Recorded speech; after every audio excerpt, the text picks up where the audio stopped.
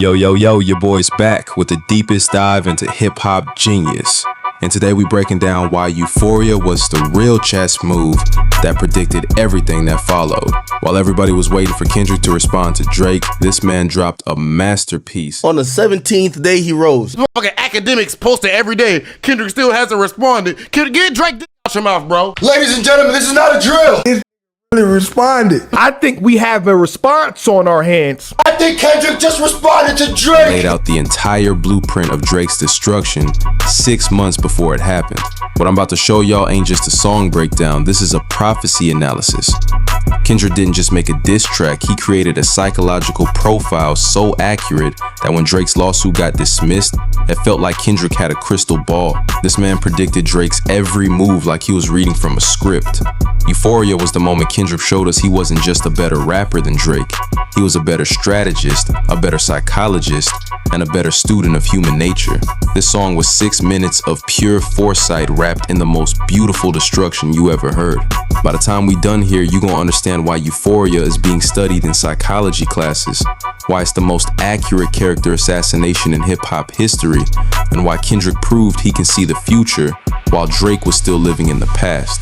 Let me start with the opening predictions because Kendrick came out swinging with character analysis that was more accurate than an FBI profile. From the very first bars, this man was laying out Drake's psychological weaknesses like he had access to his therapy sessions. The way Kendrick predicted how Drake would respond was surgical. He basically said, this is how you gonna react, this is what you gonna say, and this is why it ain't gonna work. And months later, when Drake did exactly what Kendrick predicted, it was like watching a movie you already seen. Kendrick was building a psychological profile that went deeper than just rap skills. He was analyzing Drake's insecurities, his need for validation, his relationship with authenticity. This wasn't just beef, this was behavioral science. Somebody's going bye. Euphoria. Oh, let's go. Here we go. I can only watch in silence. The famous actor we once knew is looking paranoid and now spiraling. You talking about Drake? Drake! This seems like more like a sit down, nigga. Let me talk to you. This is 6 minutes long. He's trying to talk to your spirit in a soft tone voice. He's singing to the. He's telling you a bedtime story. I'm scared. Why am I scared, bro? You're moving just like a degenerate. Heavy antic is feeling distasteful. I can even predict your angles. Oh my God, let's go. Why calculate you not as calculated? He said he's reading him like a book. Not a rap artist, you're a scam artist with the hopes of being accepted. He said, I make music that electrify him. You give them what they want to hear, not what they need to hear. Random acts of kindness. No, Oh my God. Who's really breaking this into pieces? know you're a master manipulator and habitual liar too. How do you know he gonna turn up? But don't tell no lie. The about genius me. was in how Kendrick presented these predictions as warnings. He wasn't just attacking Drake, he was giving him a roadmap of how to avoid destruction. But Drake's ego was too big to listen to the wisdom. Every prediction Kendrick made in those opening bars came true months later. When Drake dropped his responses, when he filed that lawsuit, when he contradicted himself in interviews. It was all there in Euphoria, like Kendrick had a time machine. If you enjoying this breakdown of hip-hop's most prophetic track, show your boy some love with a like. We about to dive deeper into how Kendrick used humor as a weapon of mass destruction. Now let's talk about the funny and clever wordplay, because Kendrick proved you can destroy somebody while making people laugh. The comedic timing in his delivery was perfect. He knew exactly when to be serious and when to be playful. The pop culture references were genius because they aged like fine wine. Kendrick was making jokes about Drake's behavior that became even funnier when Drake proved them right.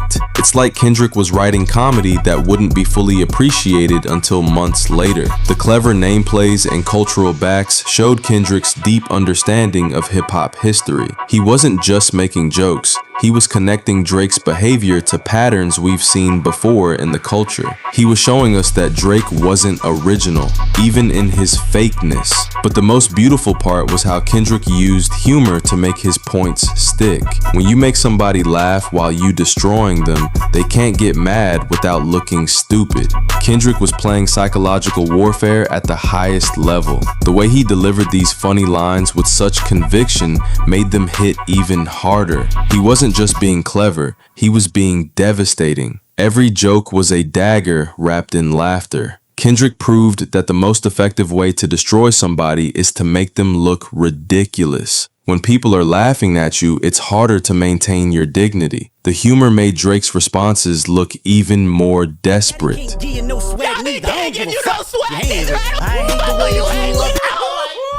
This is not throwing shots, bro. He's throwing spears. Drake looks like Jim Carrey right now. It's in the bone. I hate the way that you walk, the way that you talk. I hate the way that you dress. Surprised she wanted that feature request. You know that. God, he hates this nigga. It ain't even that deep. It's just cringe as fuck, bro. He don't fuck you, gang. Say, oh, I don't worship on my worst enemy. Fucker, I do. Still love when you see headshot for the year. You better walk around like Daft Punk. Remember? He said headshot for the year. You better walk around with a mask on. Matter of fact, I ain't even bleed him yet. Can I bleed him? When I see you stand by bleeder, that was cold. He said he still ain't bleed him yet. Oh, you haven't started? See you stand by sexy red. I believe you see too bad. Too bad.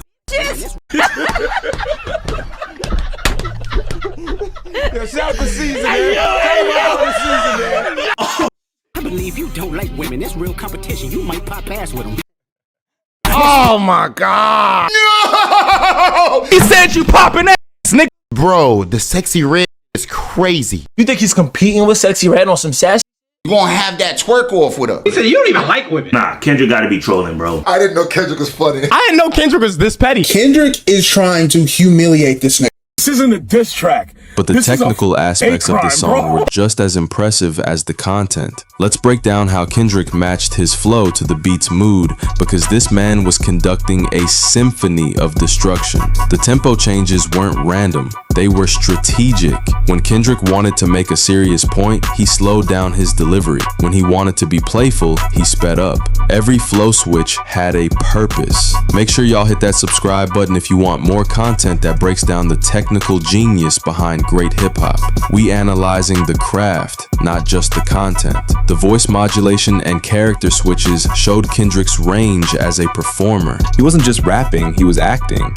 He was becoming different characters to make different points. That's artistry at the highest level. The production choices enhanced every word.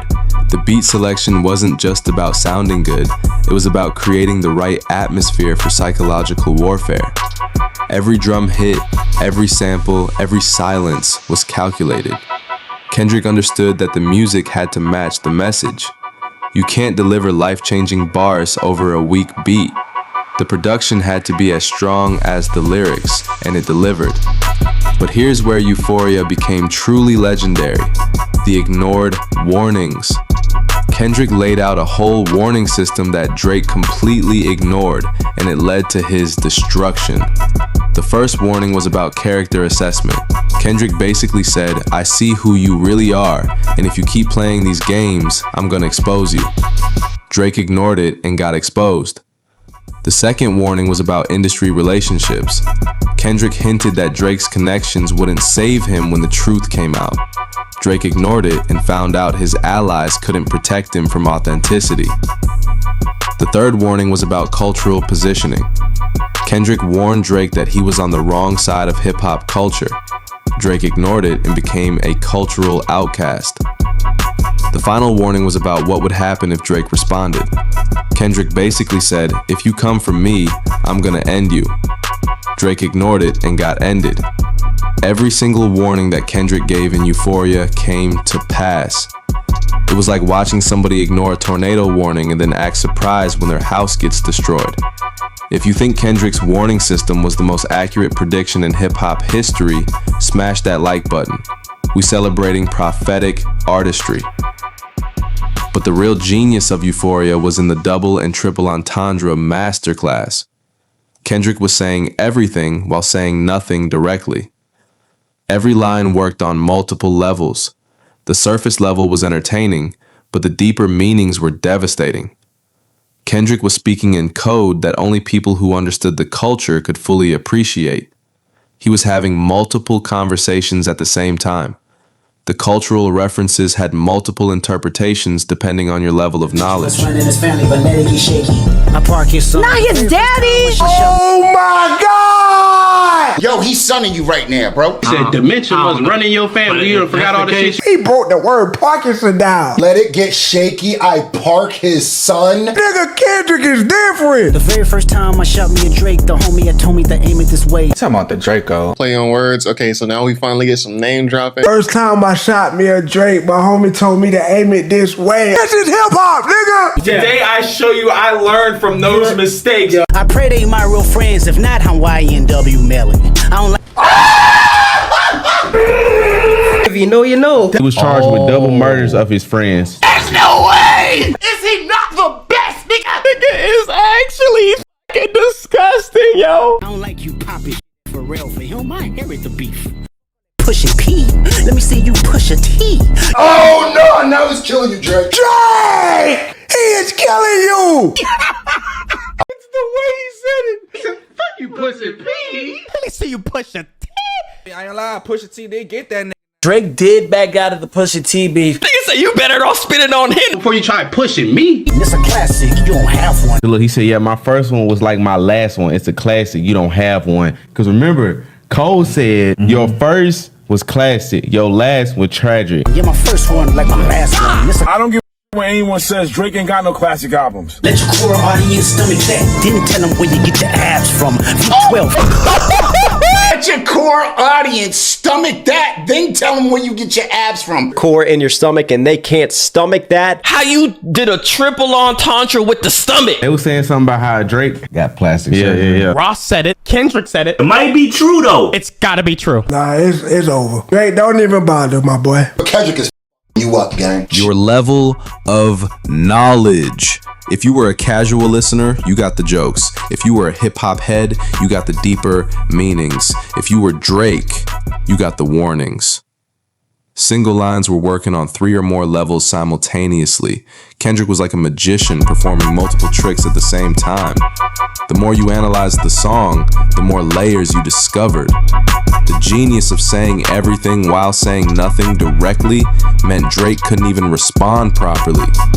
How do you clap back at somebody who never directly attacked you, but somehow destroyed you completely? Kendrick was playing 4D chess while Drake was playing checkers.